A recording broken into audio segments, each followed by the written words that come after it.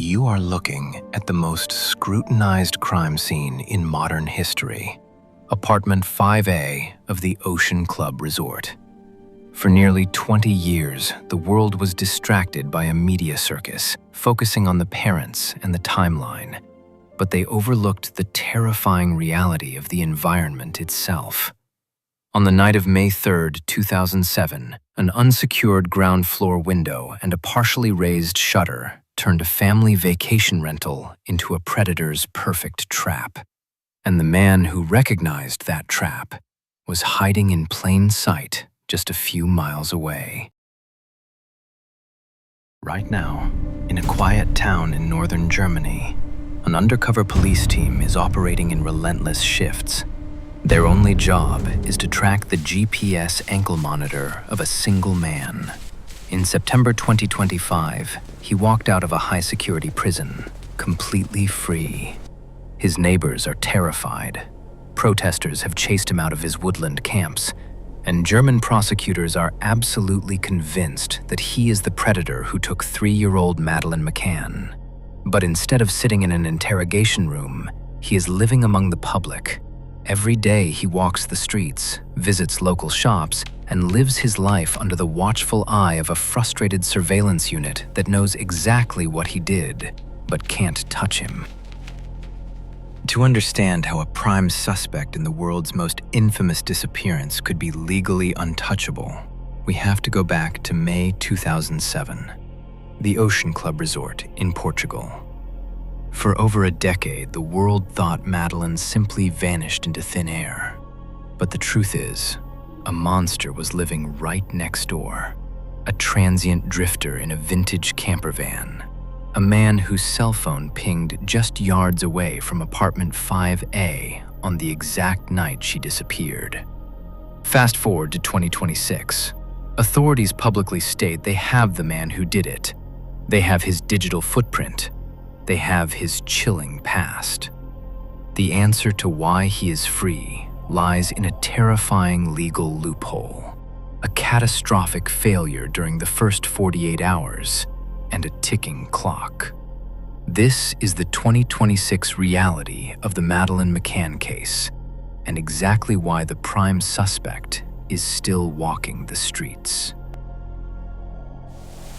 Some mysteries fade with time. Others fester in the shadows, waiting for the right piece of evidence to drag them into the light. Welcome to Web of Horrors.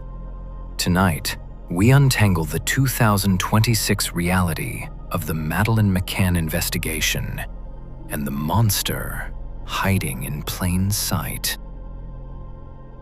May 3rd, 2007. The Ocean Club Resort in Praia da Luz. Kate and Jerry McCann leave their 3 young children sleeping peacefully in apartment 5A.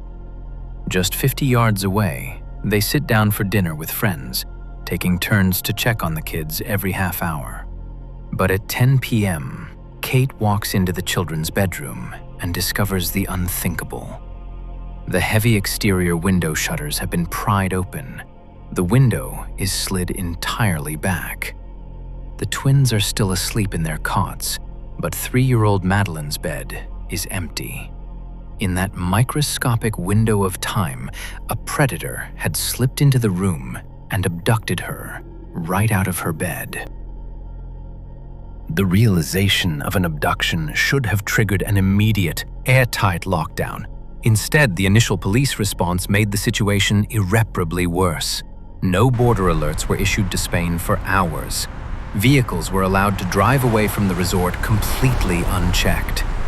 Inside apartment 5A, officers dusted for fingerprints without wearing gloves. Nearly 20 different people trampled through the crime scene, effectively destroying any chance of recovering clean forensic DNA. By the time the sun came up on May 4th, the golden hour was gone, and whoever took Madeleine McCann was already a ghost.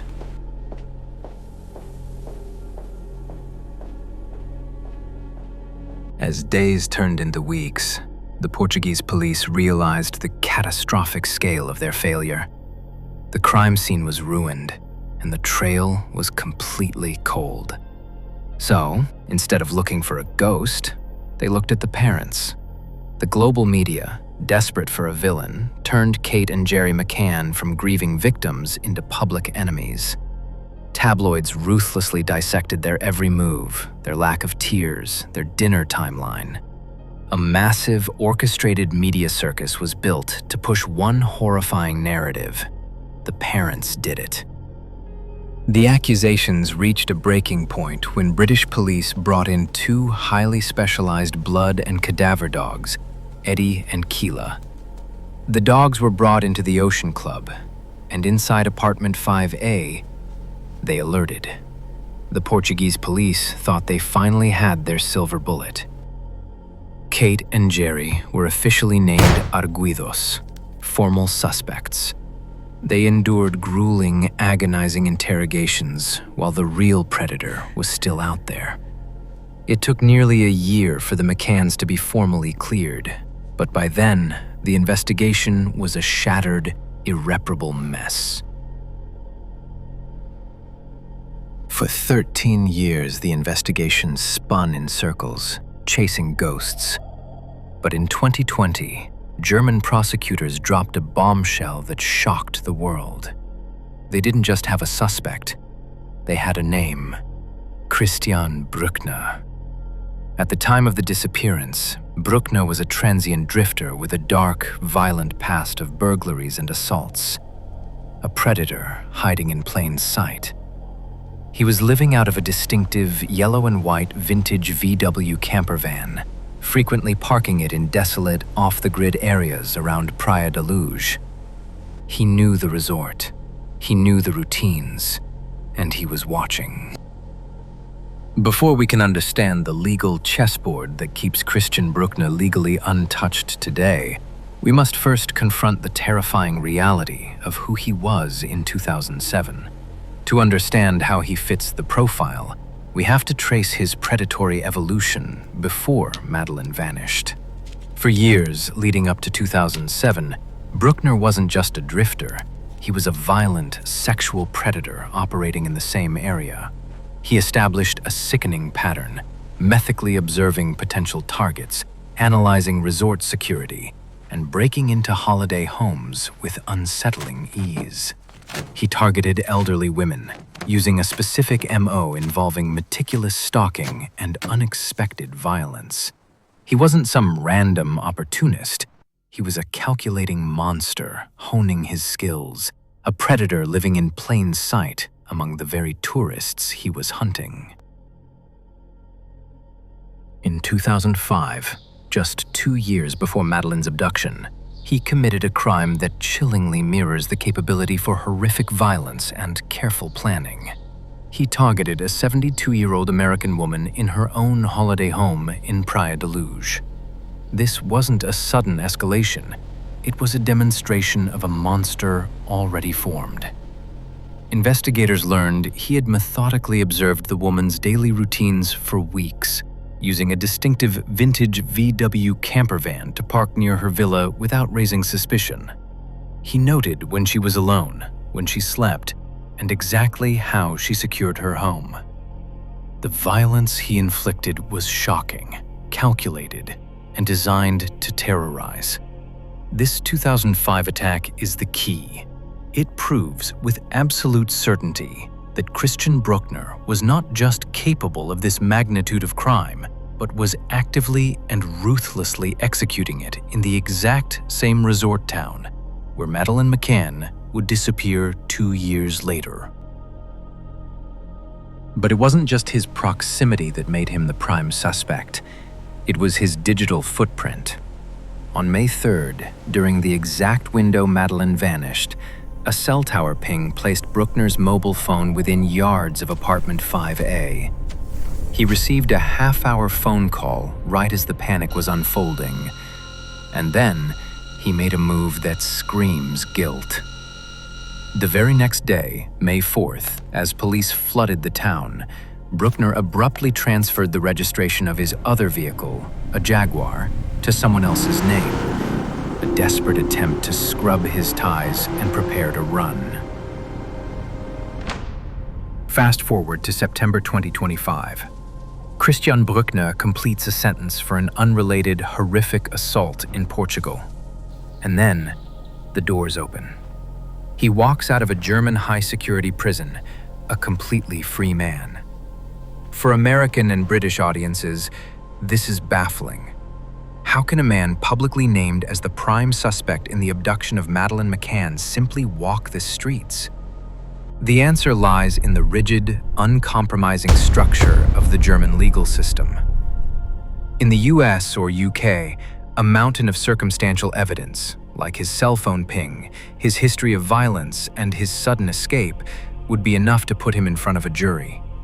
But Germany demands more. Under German law, charging someone with a homicide of this magnitude requires undeniable physical evidence. A confession, a weapon, DNA, or a body. And after 19 years, investigators have none of these.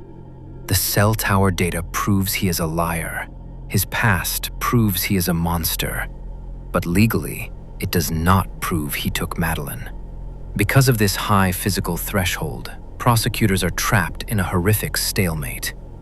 So, a high-stakes game of cat and mouse begins. Brueckner lives in the open, but he is never alone. Undercover police track his every move, waiting for a slip-up, a confession, or a mistake. A multi-million-dollar surveillance operation, waiting for a ghost to speak. Despite this excruciating legal gridlock, the search for Madeleine McCann has not stopped.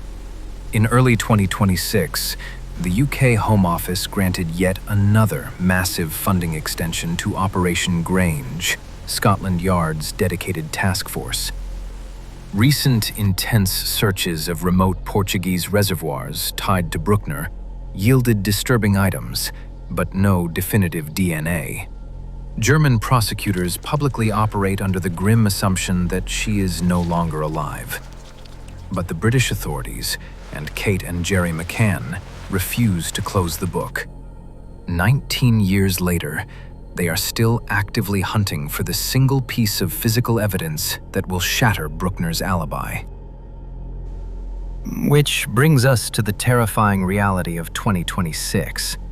A known predator, placed at the scene, with a history of violence, walks free because of a legal technicality. It leaves us with a haunting question about the justice system itself. Does requiring a physical body protect innocent people from circumstantial witch hunts? Or is German law actively providing an unbreakable shield for a monster? Let me know your verdict in the comments below.